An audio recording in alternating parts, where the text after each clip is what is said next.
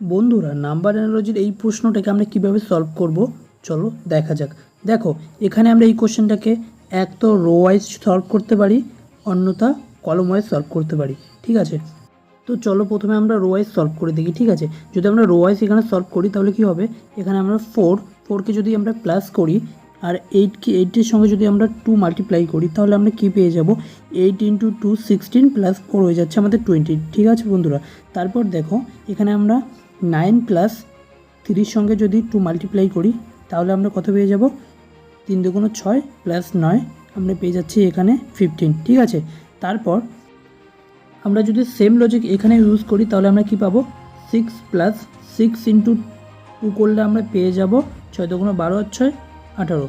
মানে আমরা এখানে আমাদের এই খালি ঘরটাতে কি বসবে তাহলে 18। তাহলে আমাদের এখানে রাইট অ্যান্সার হয়ে যাচ্ছে 18। এরকম আরও ভিডিও পেতে চ্যানেলটিকে সাবস্ক্রাইব করে পাশে থাকো।